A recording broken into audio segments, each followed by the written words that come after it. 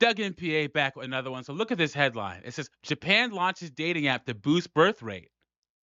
If you guys have been following Japan at all, you know that people are not getting together, not having relationships, not getting married, and not having children.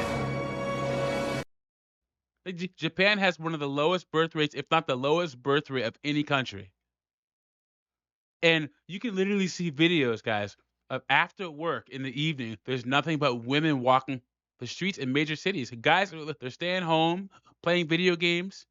Some are living in their mom's basement. They're choosing not to participate in this company man culture. And this is gonna be America in 15 to 20 years, guys. I guarantee it. Men used to partner with women for family, legacy. Women don't care anything about that now.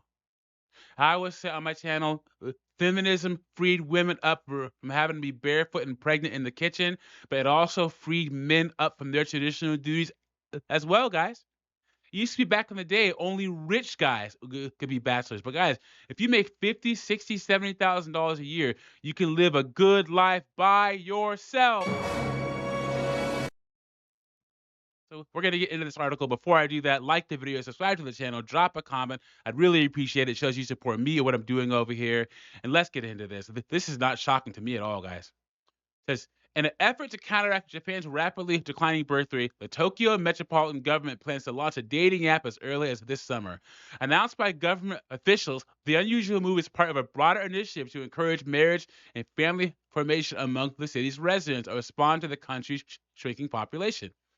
The new app, unique in its rigorous verification process, is expected to require users to submit documentation proving they are legally single. Well, that's a good idea. uh, Users must also sign a letter affirming their willingness to get married.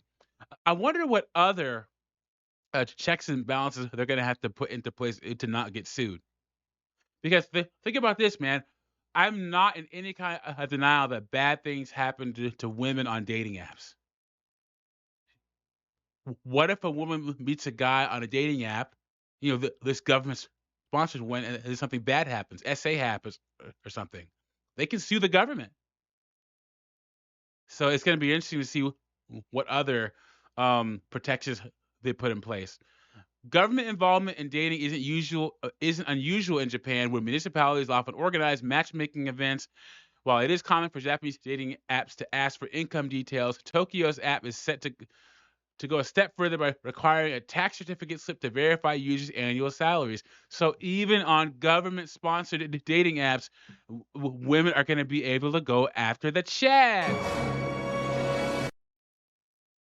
The top 10% of men, actually 5% probably, says we learned that 70% of people who want to get married aren't actively joining events or apps to look for a partner. A Tokyo government official involved in the new app told agency France Press. We want to give them a gentle push to find one. According to data released by Japan's health ministry on June 5th, 727,277 babies were born in Japan in 2023, down 5.6% from the previous year, and the lowest since the country started recording statistics in 1899. Jesus H. Christ. Yeah, they have reason to be alarmed, you guys. They have reason to be alarmed. And then remember, Japan has the largest elderly population of any country too. They have more people in their 80s, 90s, and 100s than any other country, guys. 'Cause last year, Japan recorded more than twice as many deaths as births, and the country's fertility rate, the average number of babies a woman has in her lifetime, is 1.2.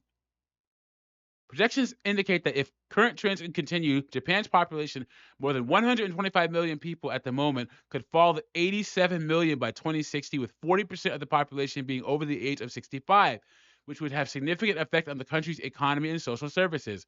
It isn't just births that are falling either. The health ministry's recently released data also showing that the number of marriages fell by 6% to 474,717. Japan's low birth rate has been closely linked to the lower marriage rate, as births taking place outside of marriage are rare in the traditional society and good for Japan. I'd rather have a shrinking population than a bunch of baby mamas running around.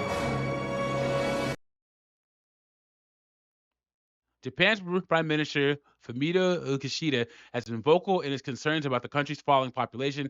He has advocated for measures such as increasing child care support, improving work-life balance, and promoting immigration to supplement the declining workforce, with many other measures seeking to incentivize young couples to start families by offering more support.